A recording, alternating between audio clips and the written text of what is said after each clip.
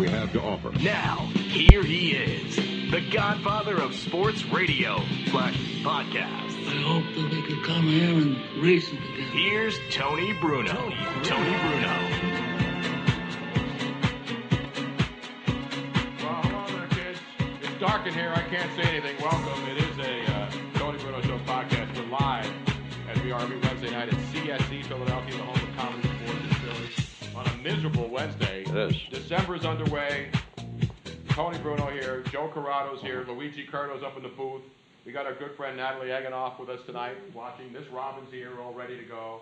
And, of course, dad of 2 weeks now, Nathaniel Dotson up there videoing the show that you can see on YouTube later on. I want to thank all the people who came out and There he is, ladies and gentlemen. There he is. Tony Bruno, everyone. All right, let's do the intro over again. Come on. No, we're not going to start from the nothing top. stops this train. All right. All right, we're not going to start from the top. Except the derailment. Exactly. Oh, man. The Lakers stink. We know that. They stunk last year. Horrible. They have 2 lottery picks with the 76ers want to amass, right? They got Julius Randle, who was hurt all of last year. And then they got the guy that the Sixers fans were going crazy about, right? Yes. D'Angelo Russell. He was the guy all the Sixer fans wanted to, they got to get this guy. He's the stud. Right. So they don't get him because the Lakers take him in front of the Sixers, and the Sixers get Jahlil Okafor. Right. Again, I don't know whether any of these kids are going to be good. No, nobody knows. I'm not an expert. All these Sam Hinkie people all think that everybody's an expert. Right. It's not. It's a crapshoot. Nobody knows if any of these guys will be the next Kevin Durant or the next Kobe Bryant or the next, you name the great players. Never predicted. And go back and look year after year after year. The entire North Carolina class, when they won that national championship, got drafted. Most of them were stiffs. Right. Not stiffs, nice NBA players. I hate to call them stiffs. Yeah, decent. They were just nice NBA players. So you hope that the guys that you take every year eventually start They're gonna pan developing. out. So now you got Jahlil Okafor, who I don't know much about. I saw him play at Duke, too, like everybody else did. So they take him, and he's a good player. He's a very good player. Is he a great player? I don't know. We don't know. Then he goes out, and he apparently gets in trouble in Boston last week when the Sixers lost to Boston. The Sixers are one of those teams that does not fly back the night after a game on the road. They stay overnight because sports science tells them their bodies have to be... that it's better if they go out to bars at 2 o'clock in the morning after they lose a game It's more and relaxing. go out and drinking than it is to jump on an airplane and fly an hour home, by the way. An hour, yeah. Well, an hour from Boston. they weren't in, like, Anchorage. Yeah, they're not flying, like, waiting for a flight that's delayed at, in Boston till 2 a.m. Snowed in, yeah. They're home by midnight, in their beds at home. Right. They want to go out. Listen, I get it. He's 19. He's a star. He's showing his wild oats, Tom. He's not even an adult yet. And I know, listen, I drank when I was an underage kid. Everybody did. Sure. But I wasn't 6'11" with $1 million in my pocket, going to bars where somebody was willing to take a shot at me because they knew I must have been a sports athlete. I'm 6'11". And your team stinks, and, you know. And your team stinks. Yeah. So we saw the story that he got into an altercation last week. It came out, oh, yeah, he was involved. Some guy was saying the Sixers stink. Right. And he took a shot at him. And it was like, well, and then I went on there and said, you know, this is a concern because you got an investment here. These guys are investments. Sure. These are, you know, I know they call them assets, but to me, an asset is a piece of meat. Yeah. And that's what the 76ers are treating these guys as. Every year, it's like, get more assets. You've We get been 15 very more consistent picks. with that, Let's get 5 more second-round picks. Yes. And I hope it works. People think I'm against it. I'm against losing every year purposely, hoping that you're going to get better. I don't know the other way. Right. If I knew a better way, I would be Sam Hinkie sitting in the bunker in the basement of the Spectrum, where he should be. Decisions. Anyway, that really bugs me. It really bugs me how, not that the guy gets in trouble. A lot of young people get in trouble. But so anyway, that story breaks. I had some comments on Twitter about it because that's what I do for a living, is I comment on sports. And I got all these people, oh yeah, did you ever go out? You never went out at a bar? And I'm getting into it with this one guy who runs a blog, and he's hey, listen, I went out. Did you never go out? I said, you go out and get in fights at 2 o'clock in the morning? He says, yeah. I said, well, I don't. Right. You know why I don't get in fights at 2 o'clock in the morning? Because I stay away from those situations. And You're I'm a busy nobody. trying to hook up with the ladies anyway. You know, you don't have time for that. And if you're 6'11", an NBA first-round draft pick, and you can't even hook up with a girl at 2 a.m.? I mean, seriously. I mean, doesn't everybody start to look good at like right around 1:30 or so? But one of the stories is that the guy who supposedly said that he sucked and the Sixers sucked, which, by the way, was accurate. Yeah, exactly. Was accurate. How dare he? That wasn't the case. Was he a Philly from Philly? No, the guy from Philly actually pulled a gun on him. Then we find out that he went on the road and got into a fight with a guy at a bar. Right. But a month earlier, in his first month with the Sixers, before we knew how bad they really were, some guy pulls a gun on him at 2nd and Walnut Street in Old City. Yeah. And so then you're saying, wow, 2 times? And then we find out that he's going 108 miles an hour on the Ben Franklin Bridge. 3 incidents in 2 months. Now, to me, he's had a busy. How the hell do you even get up to 108 miles an hour on the Ben Franklin Bridge? And I asked the question, was it going into Camden or leaving Camden? Well, if you were leaving Camden, you're probably going 208. They never actually determined that. And I think that's important, right? It is, absolutely. Details. They have valet carjacking on the other side of. I mean, is it possible to actually get your car up to? They ever hear of Uber, these guys, anyway? They should be the first ones who use it. And I know you can't get a babysitter. They had the what? Yeah, that's right. There wasn't. Anyway, my point is, you don't have to have a babysitter. A good start. Yeah. You don't need a babysitter for professional athletes. But now we're going to give them one. We're going to give them. But they have a security. Yeah. Remember Des Bryant with the Cowboys, right? Des Bryant, Jerry Jones had guys trailing him everywhere to make sure he stayed out of trouble. Yeah. Now, I don't think I actually disagree with you. And I wouldn't call it a babysitter, but I do think that they need like a guidance counselor or something. No, they have security people who will go to bars. I'm actually not even talking about security. They're not going to cramp. No, these kids think they're going to get their style's going to get cramped right, but what if there's a security guy around. I think it is the team's responsibility if they're hiring these underage people and they come from no money and all of a sudden they have millions of dollars.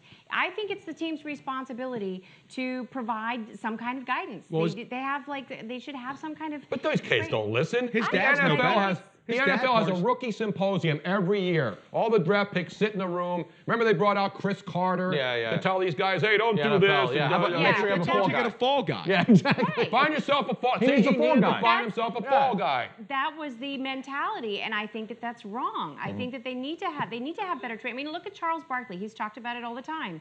That he feels that these kids they don't have anybody telling him what to do, and he had somebody. But no, remember when Charles was first in the league, before there were cell phone cameras, before there was TMZ, before there was Twitter, all the social media, Charles Barkley, Allen Iverson, these guys went out at night. They went to bars. But you know what? Allen Iverson had a posse with him. Right. He had his boys with him to make sure nothing bad happened. Right. And if it did, it wasn't in the news. Yes, if he's knocking a guy out cold on a street, that's getting put. They're going to take care of the guy until he stopped paying them. And now you watch that guy's going to wind up suing Jahlil Okafor. Oh, absolutely. Because the second video from a different camera at the same night in Boston from that bar is even worse. Came out and he knocked the guy out cold. Yes, he did. I don't know whether is it justified. I don't know. I'm not a judge. I'm not a jury. I'm not playing judge, jury, executioner. To me, you can't have one of your star players in a situation where what happens if 6 guys jump him and a guy pulls a knife or a gun? Yeah. Then what? That's what I mean. I think all these guys should be chaperoned with someone.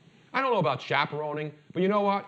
These teams have security details. They have a security person. You say you were going on the road, a bunch of the players are going to go out. One guy goes to the bar with him. He only went out with one other guy, a 20-year-old, Christian Wood, his teammate. So you got a 19-year-old and a 20-year-old, right? 2 young guys out in Boston at a bar where they don't know anybody, and then these guys want to be tough. That happened to Charles Barkley when he was young. In Cleveland, he goes in, threw a guy through a plate glass window. I'm sure the guy was being a jerk, and Charles, and it maybe got physical. I don't know exactly what happened, but you know one thing: Charles Barkley's not walking into the bar just say, "Hey, I don't like you." Now, I would probably try to throw you through a window. Well, yeah, you probably could. I'm not that tall, so. But guys don't go out athletes don't go out looking for trouble for the most part. It finds them if they put themselves in those situations. Yeah. You agree or disagree, Luigi? It depends, man. What do you mean it depends? Because a lot of these athletes, do we got to go down this road?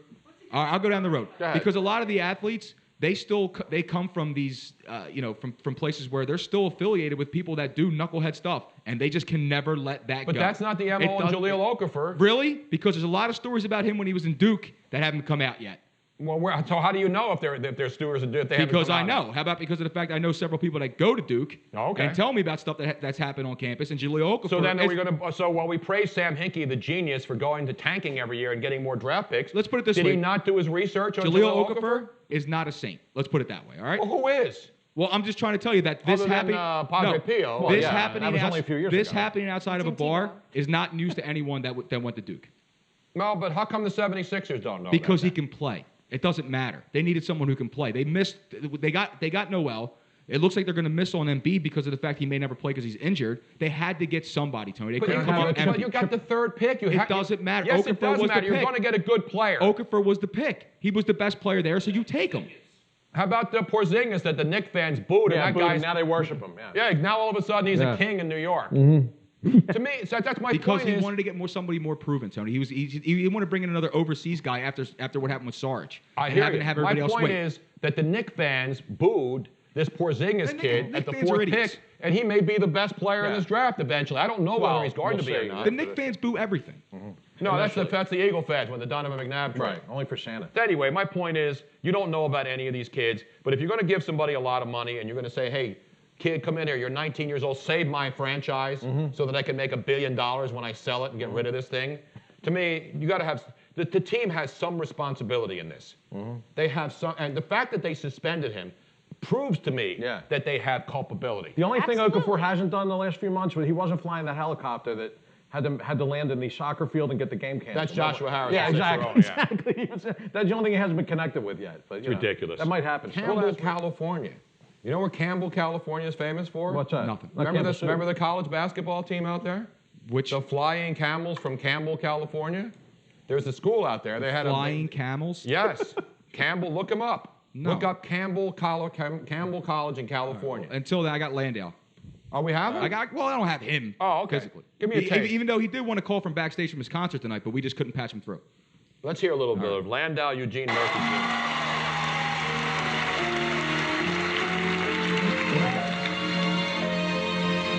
Fly me to the moon, let me play among the stars, and let me see what spring is like on Jupiter and Mars. In other words, What do you think? What do you think? hold my hand. Natalie, no? You don't like him? In other words, She says he doesn't sound like Sinatra. darling, Well, I've heard guys that sound more like him. feel my No, but this guy's good. He's absolutely, yeah, he's good. But does he claim to be Sinatra, sound like Sinatra? No. And is that all he sings? Sinatra, or does he sing other old No, standards? he sings all kinds. They are. Anyway, he's good. You get to see him live. Anybody wants to go, we'll give away 2 tickets tonight. You can go see him tomorrow night at the Sellersville Theaters. We'll have another phone call coming up and play our famous game, FMK, as we like to call Yes. it. Wasn't that a girl? Wasn't that like a magazine? That was think that's FHM. Yeah, FHM. Is that still a publication? Is FHM still in business? Yes. Remember? Still, yeah. How do you Google know? it I haven't later. seen it on Because the I accidentally newsstand. get it sent to my house every month. Oh, you do? Yes. And did they sell you and send you the bill like a couple of weeks later? No. I'm still getting CDs from like Columbia House, though. Is Columbia House still in business? Yeah, 10 at one absolutely. time. God, I remember those. 10 CDs for $1. Yeah. Yeah, and then you'd have to And then subscribe and you'd- then yeah, buy and one you- every forever month for and $20. You have to buy something you really didn't want for $20 to get. You know how many of those my 10. neighbors got free CDs? Did you sell any of those? I wouldn't sell them. What I did was I accrued a very expensive CD collection just by putting in other people's addresses. Man. Then they started doing it with DVDs too. Right, Same right. thing, right? Columbia That's House. what I moved think. Columbia House, if you're listening, I'm sorry. That's all right.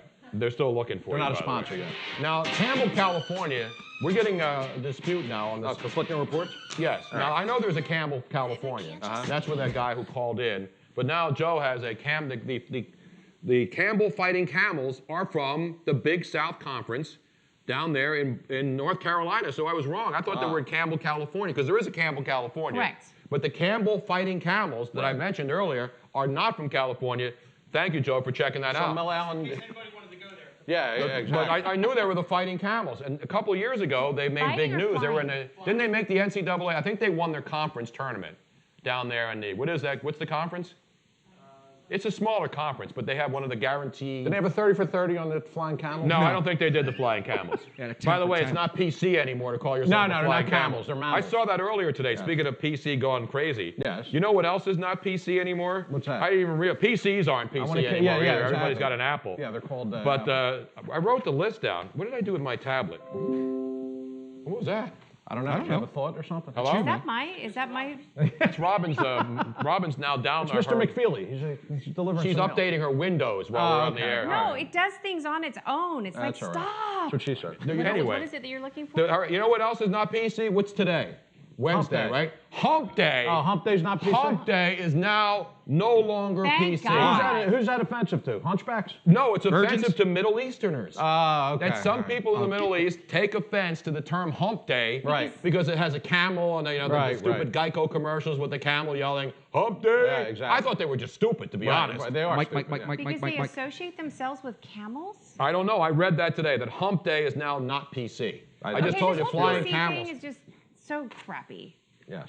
Somebody's I'm going to really make a lot of tired. money on the non-PC stuff. I'm Yeah. tired of PC and non-PC, and I agree. people just need to What are you grow going to up. do about it then, Robin? I say what I want, man. Grow You don't some like it? People just Calian. need to grow up. That's a Exactly. And then, of course, we always found out one thing.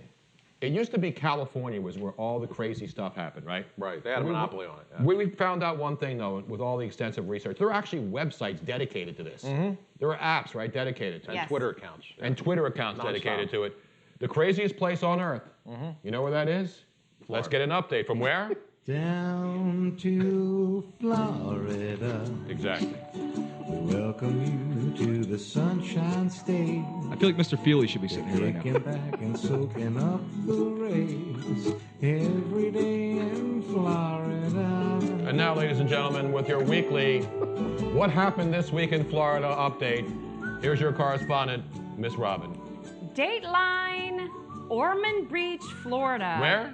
Ormond. Is it Ormond or Ormond? Ormond Beach, but you messed up the beach. You got the Ormond right. Have you been drinking? Is her mic out too now? I did.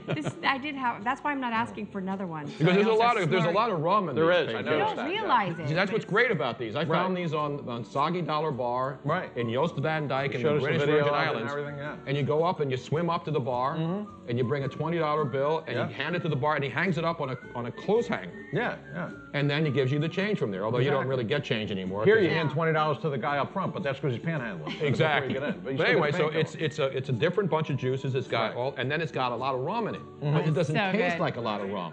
So you have 3 or Yeah, 4 they're of them. outside.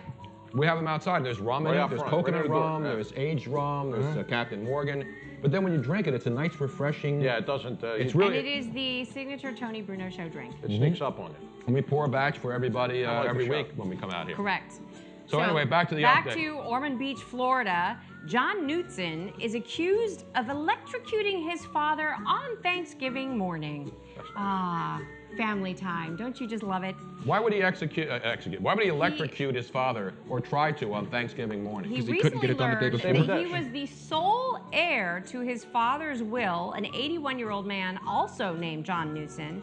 And learning that he was a beneficiary, his son decided that he needed to cut his time on Earth just a little bit shorter. So he had just found out that he Yes, was the sole he didn't realize beneficiary of that. his father's Right. will. He didn't realize that ahead of time. And this guy's 44 years old Right, now, he's 44. Okay. His He's not father- a kid. He's father's 44, 81. his dad's 81. He's a man. He's 40. So he only learned about the will on November 22nd. And November 24th, Thanksgiving morning, the father was lecturing his son on finding a job, and his son said, "You know what, Dad?" And so he went into the bedroom, and like the dad was sleeping, and he got 2 wires from plugged into the wall and stuck it on his chest, and the dad suddenly give him a woke. jump. Yeah, I mean, the dad woke up, but then passed out immediately. The son thought he had done the job, but then the dad woke up.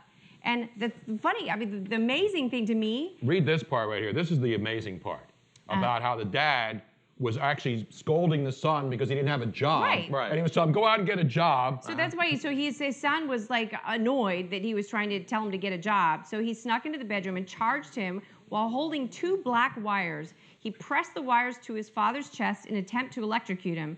And according to the police, the older Knutson felt a surge of electricity go through his body, collapsed, but he survived. And the electrical cord was plugged into a socket with 2 open wires on the other end. And the dad survived and he went to jail. Well, no. So Yeah, the he got arrested. No. So what happens is the dad, when he wakes up, he talks to his son, and they like sort of make up. But then the son goes to bed, and the dad hightails it out of there, goes to the police department. I don't blame him. He decided he wasn't going to go back to sleep, and so then the police came and arrested the son. They talked it over, and then the dad says, I'm going to call. There you have it, ladies and gentlemen. I Your mean, that weekly. This is- is what's happening in Florida. We know his son couldn't have been an electrician because he didn't get the job done, obviously. No. Didn't have enough wattage. How can anybody not see a It's long the Cape only Powell? Jennifer Aniston movie I actually watched all the way through. Yeah, You tell hate me her. about it. Because I don't like her. Right. But I like the movie because I love Hank Azaria, who I got to know. And so he's a genius, Hank Azaria. They can He do does any everything. part. Yeah. Does voices on The Simpsons. He's on Ray Donovan that you don't watch. He's on Ray Donovan. I He has haven't voices watched. on everything. He's on everything, Hank Azaria. But it's not because I don't like Ray Donovan. got I good didn't have range. Showtime. No, I know. Now I finally Like, have I don't it. watch Walking Dead. So it's the I same watch thing. Walking Dead every week. I've been watching it every The season. Sixers. Oh, you mean the regular series? I thought you Yeah, meant- no, not the exactly. Sixers. All right. No, not the Sixers. Anyway, they did suspend Jahlil Okafor back to Yes. that story. That I was breaking predicted news. that this morning. 2 games. I predicted that on my Twitter that the Sixers, after the second videotape Good call. came out, that now that they got the win out of the way Yeah. and took some of the heat off, they're going to suspend him to make it There was look a lot like of closed-door meetings today. The Eagles had a closed-door meeting. The Sixers had a Yeah. closed-door meeting. Ray It's always a Didinger. good sign for your sports. Tony, I've actually had a lot of people commenting here. Speaking of the Sixers, and they just got done playing the Lakers. Kobe was in town, and a lot of people have been saying they're having a hard time trying to get. I know how you hate lists and everything like that. We're not doing like a top 5, but a lot of people are already saying that Kobe is the 3rd best player to ever play the game. It could be. I mean, you can argue. You can Do you argue. think- do you think that's true? You can argue position, but he's absolutely in the top 10 all time. Maybe top 5. No, top 10. He's probably closer to the top 5, but is he 3rd? I don't know. I mean, you could sit down and argue that's why I don't like lists. They're so Right. subjective. To me, the fact that people were mad that Kobe Bryant was taking all these shots, and that's what Kobe Bryant's going to do the rest of the year. And you know what's going to happen? People are going to show up and fill up every arena he goes Yep. to on his farewell tour, and they're going to want to see Kobe play. They're not going to say, because Byron, what's his name? I think Byron. he's in Washington tonight No, his or coach. tomorrow. Byron Scott has no control over Kobe Bryant. No. And He was holding the pad. He was holding the play pad the other night right now. And so Kobe was.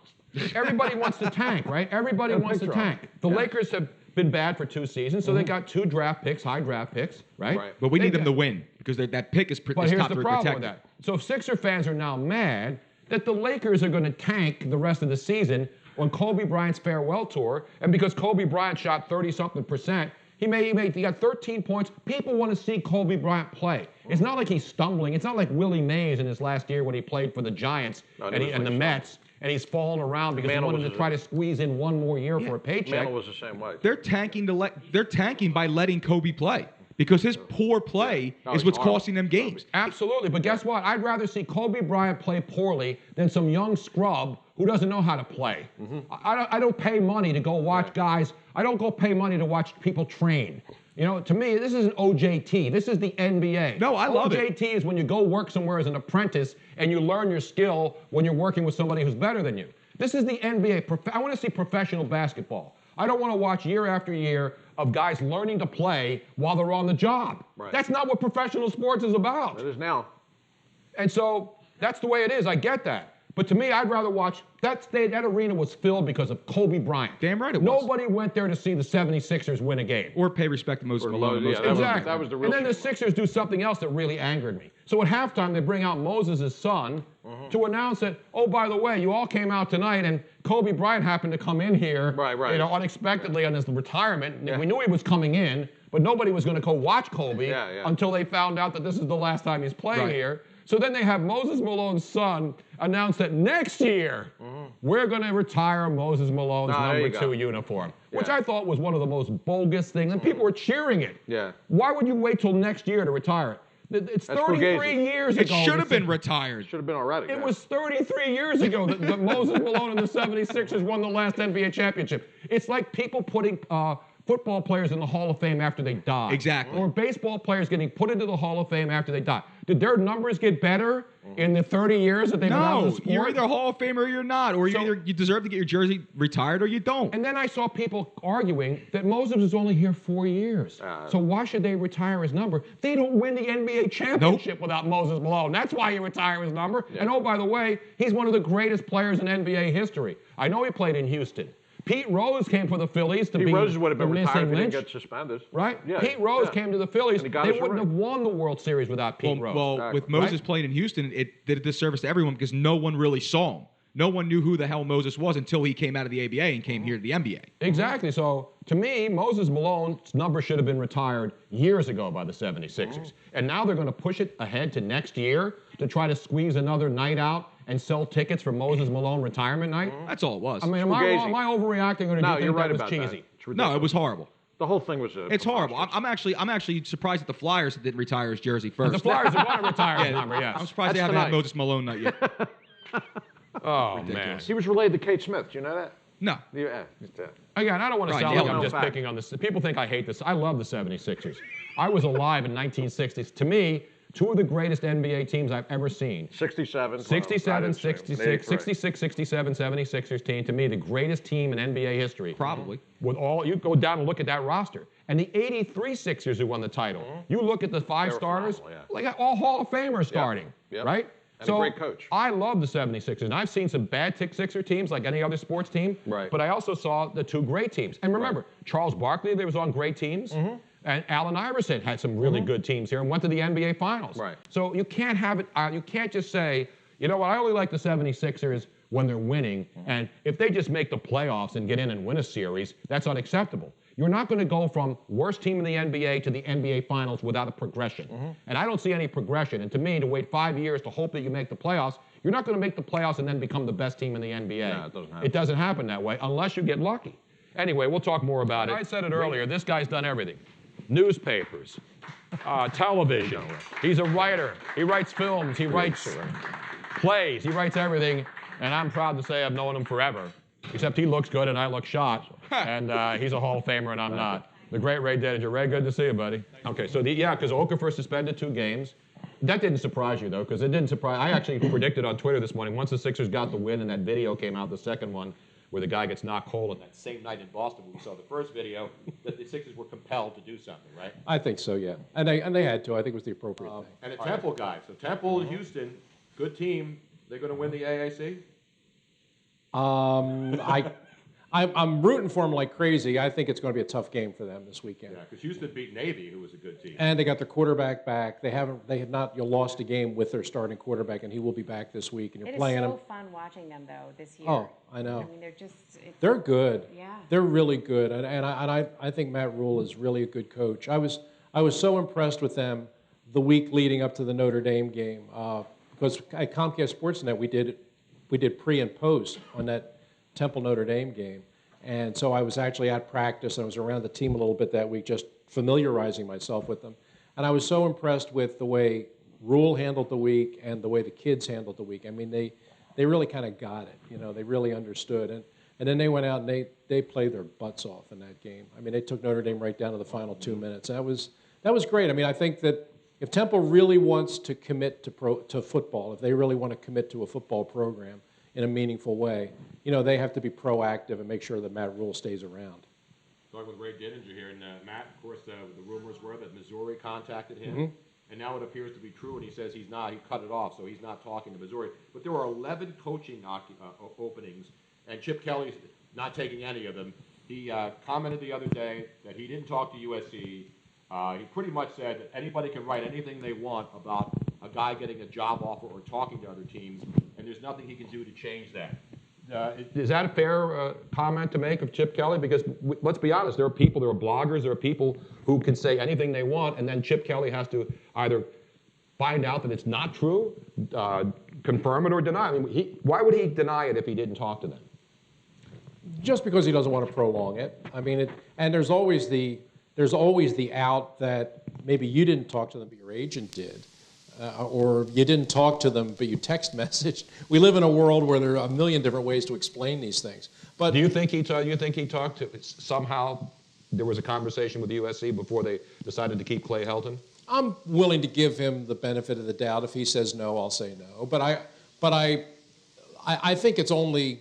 I mean, he got very irritated that this kind of conversation was out there. But I think he's smart enough to understand that given his history and his success in college football, especially on the West Coast, and what's happening in Philadelphia now, that if the Southern Cal job is open, and you look at his situation here, it's not a stretch to think that there'd be mutual interest. So, and reporters being reporters are going to pursue that. So I know it irritates him. I mean, he's got other things he's got to deal with right now with the team that he's coaching now and the challenges he's facing now.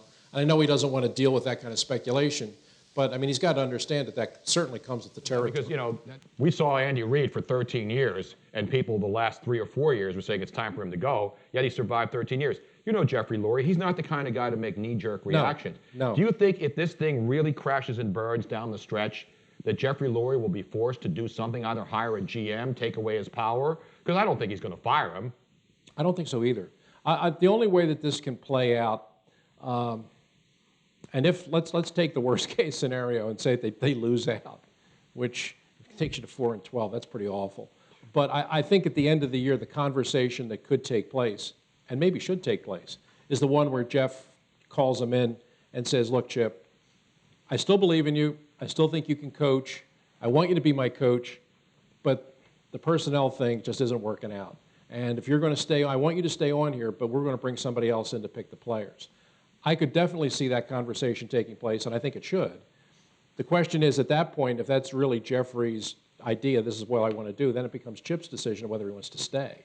You know, is Chip willing, after pulling this power play to get all the power, is he willing 1 year later to just surrender it? I don't know. I mean, if Jeffrey lays it out that way, and I think he'd be fully within his rights to do that, then does Chip say, you know what, yeah, okay, I'll give it up, or does Chip say, no, I'm not going to do that?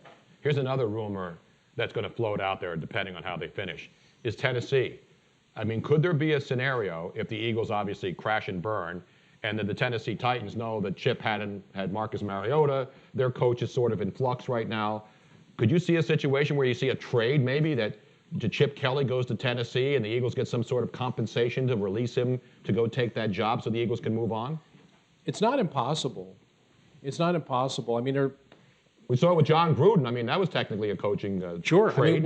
I mean, you know, it's not like it's never happened before. The Gruden one is the one that people remember, but also, you know, there was when Belichick made his move, there was compensation involved. When Parcells left the Patriots to go to the Jets, there was compensation involved. Herm Edwards. I mean, there have been a lot of times coaches have left from one job to another, and there was compensation involved. It has happened, and the fact that Tennessee, I think, is clearly going to be making a coaching change, and you have the perfect quarterback there for this guy's system. Yeah, I mean that makes sense. Now, if he really wants that and he really wants out, then Jeff's in a position where he can demand real compensation. I mean, if people remember what they got for John Gruden, it was 2 first-round draft choices and a 2. So you're in a position where you can ask for that. I mean, that precedent is out there. So could that happen? I think it's a remote possibility, but the fact is, it is a possibility. But the fact is, if the Eagles crash and burn, and it's already underway, then you mentioned Chip's not going to fire, Jeffrey Lurie's not going to fire him and pay him to go away, because then he can go take any job he wants. So he still has him under contract. Yes. And therefore, and the college jobs are all gone, the good ones. So right. Chip's really up against the wall, so to speak. That's where Lurie gets the power. But he's never going to go back to Howie Roseman at the other end of the building and say, hey, Howie, we made a mistake. You're back in power with Chip still here. He can't pull that, right? No, I don't think so. And the thing that people always have to keep in mind is, Jeffrey has owned this team longer than anyone else has ever owned this team. He's owned it longer than Leonard Toews. He's owned more than Brayman, Wallman. I mean, I've been through all of the owners, and nobody's owned this team as long as Jeff has. And I think his pattern of doing business is pretty well established. That is, he's not a quick trigger guy. He will stay with somebody even beyond the point of where most people say, "Time for a change." No, let's give him another year. That's Jeffrey's way of doing business. Yeah, he's the anti-Jerry Jones. I mean, he's not a micromanager. He doesn't think he knows more than his people. The opposite. I mean, he really is. I hire good people and I let them do their job. I'm not hands-on, and so that's why I think that in his heart of hearts right now, as disappointed as he is, as everyone is, I think his full intention is, look, I believe in Chip Kelly. I brought him here for a reason. I think he's. Listen, here's a guy, remember when he hired him, he said that he was going to be Bill Walsh. He was going to be this generation's Bill Walsh. I think this year has been a bitter disappointment, but I don't see Jeffrey as the kind of guy that's going to pull the plug and move on. I have to tell you, when I first watched Chip's practices, when he first took the job, the thing everybody else talked about was, the music's blaring and all that. Okay, and I had never heard that before. That was new to me too. But what stood out to me was, this team doesn't make any corrections. on the practice field. I mean, they'd be lining up and guys would be jumping off sides or guys would be running wrong patterns or there'd be a drop ball handoff. And it was just, okay, run the next play. Let's run the next play. Let's run the next play. And I understood, but I asked the coach later, so what is this? Nobody's correcting anything. There's obvious mistakes and nobody's correcting anything. Well, no, we want to keep moving at this pace because this is the way we're going to play. Well, yeah, but you're screwing up. You know, if there's guys who are doing things wrong, shouldn't they be told? Every football, and you know, you went to the Dick Vermeil practices, same as I did, and you always knew that every time somebody made a mistake, somebody would blow a whistle and say, no, that's not what we want. Come on. You got to do this. You got to line up here. You got to take your block. You got to go that way. The back's got to pick this up. Okay, now let's run it again. And then you run it again until you got it right, and then you moved on to the next thing. With Chip, I mean, they don't do that. There's no corrections, and I really do think it's one of the reasons why they are, you know, for all this high-techy kind of stuff, they're a very sloppy team. They make a lot of stupid mistakes. Same ones over and over. And I sometimes think the football players' mentality is that they're conditioned from the time of high school all through college that all corrections are done on the spot. That you understand it. Okay, now, this is what I'm supposed to do. All right, I'll run it. Now I got it. Well, okay, it's now kind we of like can move. you need that muscle memory just to kind of do it over and over and over again until you get it right. But Chip's the thing is he always talks about, he doesn't talk about practice as just a matter of execution. He talks about it as conditioning, that they're going to keep moving at this pace, so that's the pace they're going to play. But to me, that isn't nearly as important as executing well. Right. And after games, when you talk about the fact that, well, geez, we lost this game because of poor execution. Hey, coach, you know, maybe if you did a better job on the practice field, maybe your execution would be better on Sunday. I got to ask you about another situation that's really bizarre. Mike Patton, a local college grade. I mean, his dad was a great coach, and he's in Cleveland. That's a disaster. I mean, Cleveland probably is the worst franchise in the NFL. I know I'm talking about the Raiders. They seem to have turned it around with a couple of good drafts and have their quarterback now. But Cleveland's a disaster area. What's your take on the whole Manziel being punished because obviously he was out drinking on a bye week, had posted pictures. He went to rehab last year. But now you tell him you're the third-string quarterback, you're not starting the rest of the year, and then your starting quarterback, Josh McCown, gets hurt. Austin Rivers, whatever his name is, Davis, is pretty decent. You bring in Terrell Pryor, and you're not going to look at this guy the rest of the year? Why wouldn't you play him the rest of the year with nothing at stake other than trying to determine whether or not you're going to keep him around or at least get some value for him from somebody else looking for a potential quarterback? Manziel, you mean? Yes. Yeah, I agree. They couldn't be handling this worse. They're accomplishing nothing. You know, if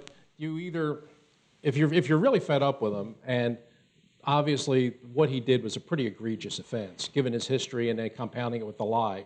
If you really reach the point where you want to make it, then just cut him. But don't keep him around and then bring these other guys in. I mean, to me, that makes no sense. If I'm a player on the team, if I'm one of the Browns, what I would be thinking is, you wouldn't be saying this, but what I'd be thinking is, look, we're not going anywhere. We got this many games left. Let's just see if this guy can play. Exactly. Let's just put him out there and see if he can play. And if he can't, if it's clear he can't play, then okay, we've answered at least one question that we're going to have to face in the offseason about whether do we need to go get a quarterback.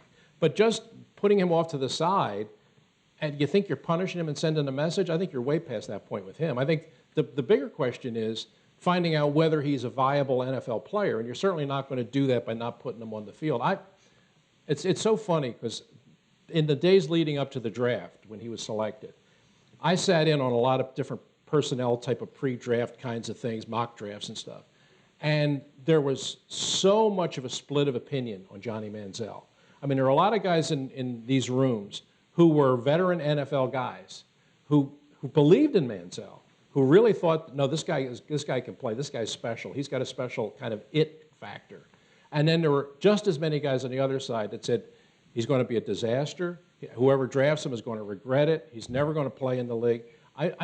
I've been through this many times, and I've never seen a guy where he so totally polarized the personnel departments. I was of opinion, having seen him play a lot at A&M, I thought he had a very special competitive instinct on the field that was rare. And when I was talking about his physical ability, his skill set, I know he's got certain size issues, but to compare him to players I had seen before, I thought he's better than Jeff Garcia. To me, he was better than Flutie. You mean coming out of college? Yes, he had a stronger arm. People think he's got a weak arm. He does not. He has a stronger arm than either of those guys. But to overcome the physical limitations, you have to have an incredible dedication to your craft. I mean, that's how Garcia played as long as he did, was Garcia was incredibly dedicated to the game of football. You know, first guy, I mean, he was literally the first guy in the building, the last guy to leave. Watching tape, preparing himself, staying in shape, all that stuff, which allowed him to be a really good player for a long time. I mean, Manziel's physically a better player than Garcia, but he doesn't have 1/10 the dedication. So I thought if Manziel had that to go along with the other part, that he could succeed. But if he remains as undisciplined in his personal life, then he'll never achieve it. Well, Ray, you're a champion guy. I go back to the Bulletin days, the evening Bulletin when you were there, and I was just a young punk reporter in town as well. It's great to see you. You were never a young punk reporter. Well, yeah, I was actually. Ray, it's always great. Thank you so much for coming out here. We really appreciate it. Ray Didinger, everybody. Let's My hear it. pleasure, Tony. And let me know about the fundraising, and we'll do what we can to help you. We'll put it on our appreciate Twitter and on our face, because I know you don't even have a cell phone, right? I do not. He doesn't even have a cell phone. That's the way I want to be. Smart. I want to have no Twitter, no cell phone, no nothing. Saving a couple $100 a month. Ray, thanks so much for coming out. My pleasure, Tony. There he is, Ray Didinger, everybody. One more time. Love guys like that. You want to talk about legendary people in the city? That's one of them right there. Everybody comes by, and guy was in town for the entire weekend, Wednesday, Thursday, Friday, Saturday. Not Sunday. He doesn't work on Sundays. You saw him on 30 Rock, and you see him all over the place. He's been on every show, even this one now. He's going to pop on with us for a couple minutes because he's across the street over at Helium, going on in a couple of minutes. So we're going to get him in here. You may have seen him. He's the world champion, not former Philly great Chase Utley world champion. He's the world champion at everything. Judah Friedlander is here popping in tonight. Give him a round of applause. He's got his water. Yeah. What's going on? Hello, how are you? How you doing? World You're not a world bleeping champion, though. That's what Chase Utley said when the Phillies won the World Series in 2-8. Did you steal that from him? No, but he's been texting me for years. He's a good guy, and I've given him a lot of pointers over the years. Baseball's my main game, so. Is there? I thought you were soccer was your main Well, game. but as far as athletically, I'd say baseball. I'm the best.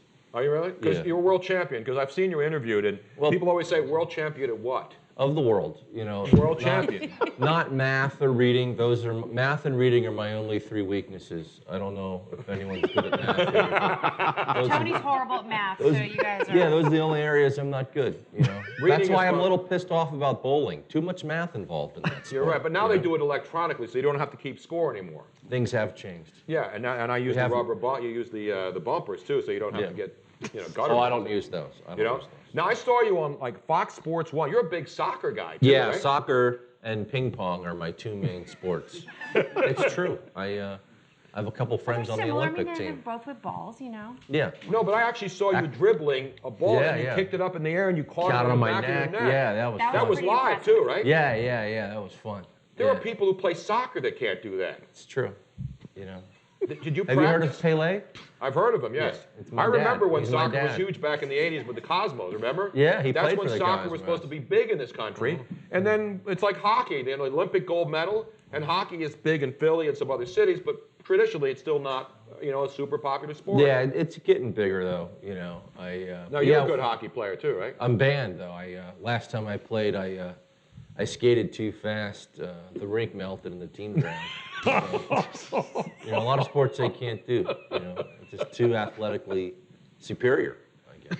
Now 30 Rock, that had to be fun, right? Doing that show? It's okay. But I'm glad Tina Fey got the chance to work with me. And she's a local Philly area girl too. Great girl. Yeah, she is for great. real. That was a really good experience doing that show. No joke. But you're mostly a comic though, right? Would you call yourself, other than a world champion, how would you describe what you are? I would say sex symbol first. Mm-hmm. Oh, I totally get that. Tied I with get that. athlete. And then above that, comedian. And then also tied with that Author. Philanthropist. Philanthropist. And then I'd say also tied author. Yeah. Financial advisor? You don't? No, math is bad. That remember. I'm not good at. Yeah. Good question, but incorrect.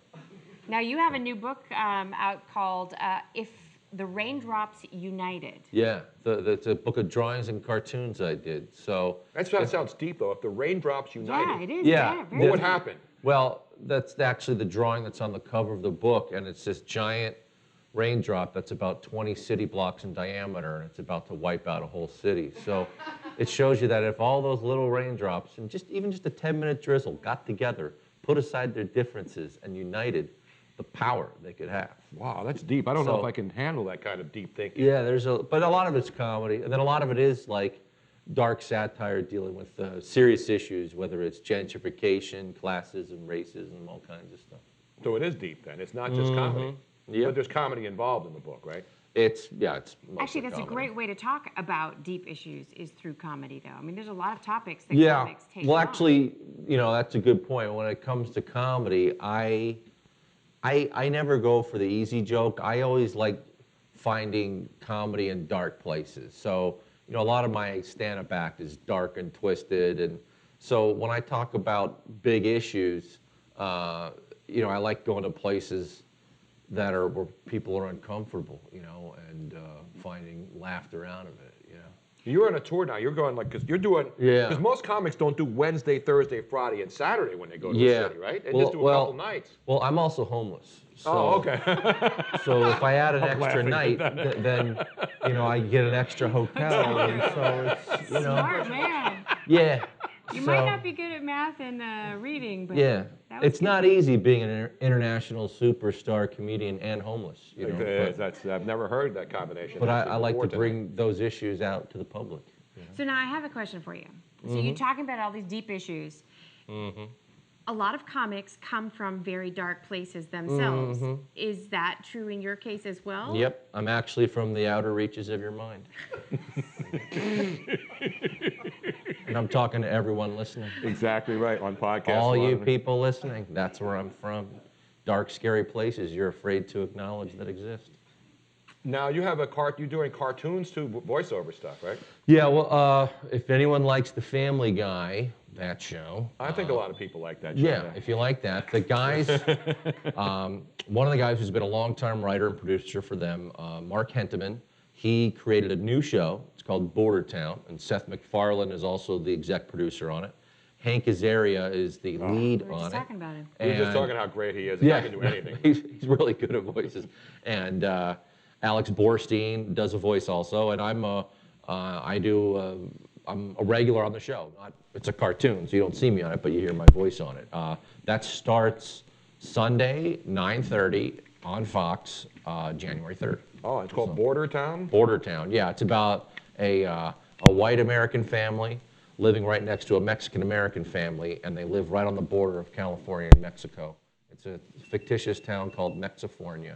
Mexifornia. And the Hank Azaria kind of plays like an Archie Bunker type of guy who's a border agent, and he makes less money than the Mexican guy who lives across the street from him, who lives next door to him, I should say, who owns his own lawn mowing company business. So he's always getting pissed off. So it's on after The Simpsons then, right? Or what's the Family Guy? There's The Simpsons are on at 8. I think it's after Family Guy. After it comes Family on. Guy. Yeah. So they're doing the whole animation block on Sunday nights again. So hopefully, I've seen little bits of it and it looks really good. So fingers crossed it will be, and hopefully people will like it. So how many episodes are you in then? Are you on every All week? 13. Yeah, we did 13 episodes, and so I guess if people watch it, they'll definitely air all 13, and if enough And what's watch your it, character's they'll name make again? more. I play Sanford. I'm like the really dumb, kind of drugged out, drunk, inebriated son who still lives at home. Yeah. Does the cartoon? So it's basically just like me, except I have a home. I'm not homeless.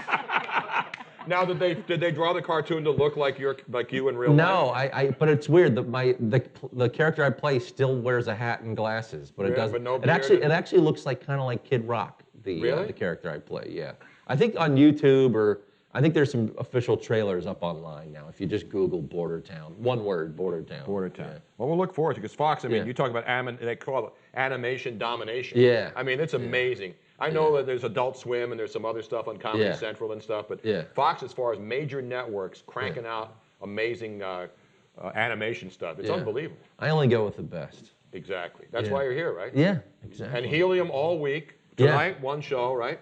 And then Yeah. tomorrow you're doing one on. One show tomorrow, And then two two Friday, Friday, two two Saturday. Saturday. And then you just go from city to city and do And this? then Sunday, if anyone has a place to stay, just hit me up on Instagram or Twitter. I'm at Judo World Champ. At Judo World Champ. Yeah, JUDAH. World Champ. World Champ. Got it. Now, do you have that copyrighted? Can somebody else call himself a world champ? No, they can't. Because I'll kill them. We don't have a soccer ball. I wanted to bring a soccer ball because I wanted to see you do that. Oh, okay. Well, Do we have a soccer ball? No, we don't. I think No, so. we don't. I think I have a couple clips on my Instagram. Yes. All right, we'll check it out. It's impressive. But yeah, I have a ping pong clip on my Instagram Do too. you I really? will be playing ping pong while I'm in town here, and I might even do a thing where if anyone wants to challenge me, they'll get some tickets to the show if they can beat me. Oh, beautiful. Beautiful. If you go to my Instagram, you can see me training with a. Now, do you do it like really fast? Ping Yeah, pong? yeah, Now, I Can you would go all the challenge way you, but I back and go to the suck. back of the Yeah. room and make a shot? yeah, That's amazing, man. yeah.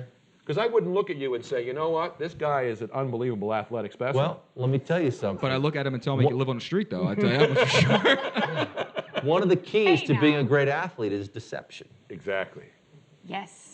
And the 76ers have been deceiving people for the last couple of years. So. Yep, and they're doing a really good job this year. Now, you missed the Kobe Bryant Sixer big game, the win last night. That's right. That's You right. did, right? So you're not an NBA guy, or did you play basketball? It's okay. It's a- I'm just not impressed with it, really. Well, I am so sorry that Judah actually has to cut it short. Because I know, he's gotta go do a show. He's literally, they're running a little bit late over there, so he's able to stop by Yeah. on his way into there. So Yeah. Well, we'll listen for you on Fox, and we'll Yeah. check your book out and check you on And this Instagram. was a lot of fun hanging out with you and everyone here in the studio audience. I think this is a really cool setup, man. Thank you This very is much. We awesome. like the Black Box Theater. We like Yeah, there's a lot of winners here tonight. Thank you. It's good to see. No losers on this show. No, Never. all winners. Thank Yeah. you, sir. Judah Thanks so Friedlander, much. ladies and gentlemen. Yeah. Catch him out at Helium Thank Comedy you. Club and on you. Fox on Yeah. Border Town. Coming up starting on Sunday night, 9 o'clock Eastern Time. Yeah. It's good stuff, man. We're going to play right now. Let's go to the latest. Ruin J. Ruff, Joe Ruffino, voicemail. Hello, guys. Hi, Robin. Special edition of F. Marry, Kill for our good friend Luigi. Tonight's options are Betty White, Flo from Progressive, and the Cankle Queen, Hillary Rodham Clinton. I'll hang up and listen. All right, so and people know this game, right? I never really played it, but it's becoming popular. Kids love it. F, marry, kill. Yes. So he gave us the three choices, and let me show you once again.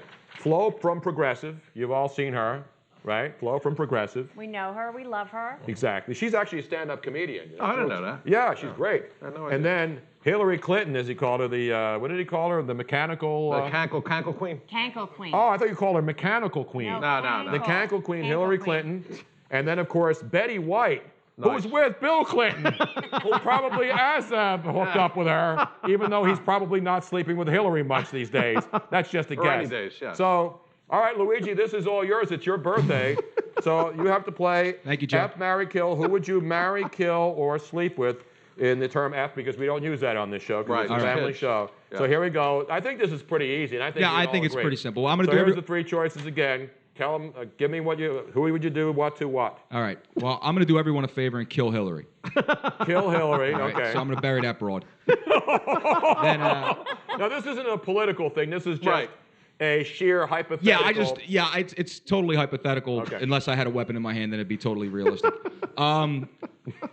I'm actually, you know what?